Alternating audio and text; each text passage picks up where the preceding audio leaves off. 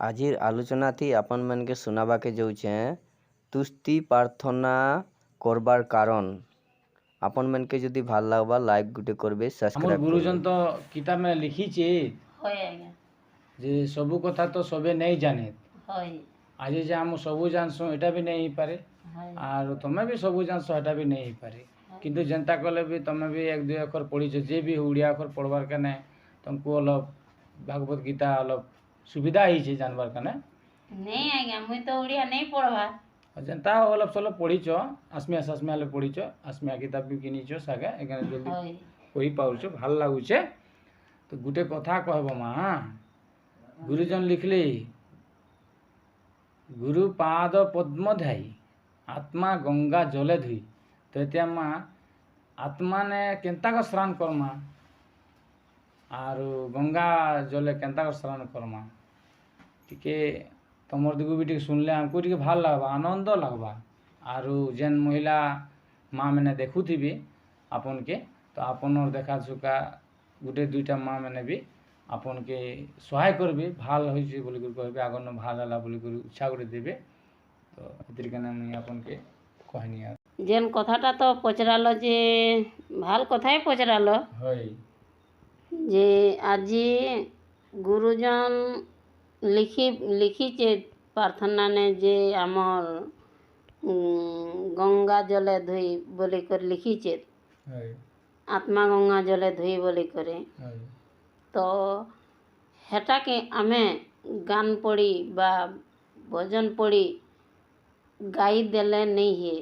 सेटा के आमे टिके तदंत करी करी देखबो लागे जे आजी इने का तथ्य गुरुजन लगे करी प्रार्थनाटा के लिखीचे टिके भाबो लागे जेते बेले आमे गुटे संकटे पड़ी जाइथिसु आकाश आका किछु नहीं थिसी आर चारिदिगे आमर काने अंधकार देखौथिसी हे समय ने भी आमे प्रभु के एकदम हृदय रू जेन दुई धारा आंसू बुही जाउथिबा आर आमे गुहार लगाबो लागे जे तबे आत्मा गंगा जले प्रभुर चरण धुई हेबा हेतके आमर गुरुजनर चरणे हे गंगा हेता के कहले आत्मा गंगा जले धुई बोली करी आर आया जेन कहले जे मन पुष्प समर्पिणी बोली कर भी कही थिले तो हेटा आमर निजर शरीर आमर जेन पुष्प अच्छे आमे केन गछु से गुटे गछ के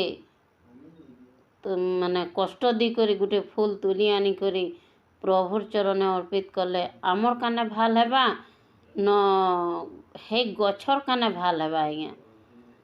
तो हेतिर काने गुरुजन कहले हेटा भी तो मुई गढ़ीचे हेटा भी मुई गढ़ीचे तो गति के तमे कांता हिसाबे केन पुष्प मके देव हेटा के दियो बोली करी कहले तो सेनो आमर हृदय रू जेन गुटे फूल पुष्प जेन गुटे फुटी आसबा हे फूलटा के आमे मनुष्य तुली करी गुरुर चरणे देवार शक्तिटा हेबा लागे आर गुरुजन जेन जेनटा कहिचे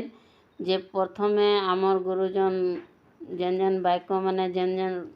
किताब माने रचना करिचे আজি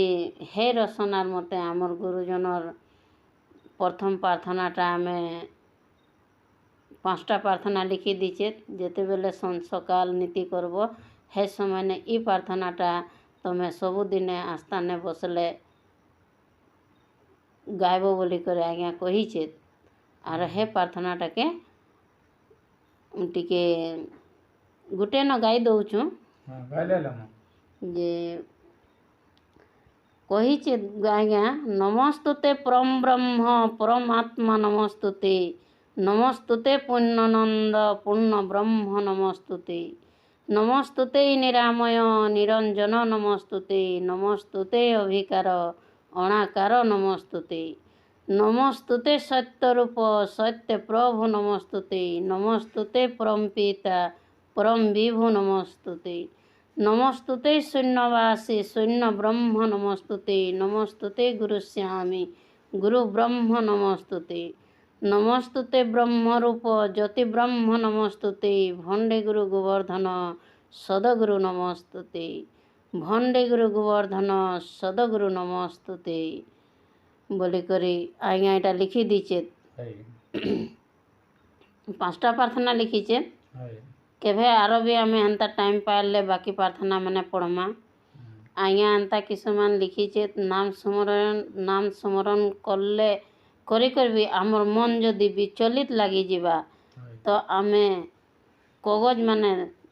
तुस्ती माने नीलाकार तुस्ती अनादि तुस्ती ब्रह्म कागज गुहार लगाबार काने तापने हेटा लिखी दीचे आज्ञा जे मन के कहनी दिगे नहीं भगाबो बोली करी एक मने ही करथिबो अधिक मन के विचलित ही गले एंता वस्तु एंता तुस्ती मन के पढ़ी करी मन के बुझे कर रखबो बोली करी आज्ञा कहीचे आर से पढ़ी के आमर मन के आमे बांधी करी हेनु से कहनी दिगे जीवा के देव नहीं लागे बोली करी हटा आज्ञा कहीचे तो गुरुजनर बानी मते आमे चली मु बोली कर भाविचु आर चली आसमु आगंतु लोके जीवन थिबा लोके गुरुजनर बानी के मानब लागे ताकर शरणे तेखन तापने आगली धरबे बोली करे गुरुजन लिखी दीचे आर गोटे कथा न आज्ञा गुरुजन तो लिखी दीचे आमर जेते नीलाकार तुस्ती अनादि तुस्ती ब्रह्म कागज भी रचिचे बहुत सुंदर भावे आर हेटा के जदि पढ़ी कर आमे दुख के स्मरण करले से दुख निवारण ही जायसी से दुख आमर शरीर भागी जायसी जेड़े बड़ माने काल आई कर खड़ा उठी थिले भी घुची जायसी हेतिर कारणे हे कागज मान के गुरुजन लिखी करे जेइचे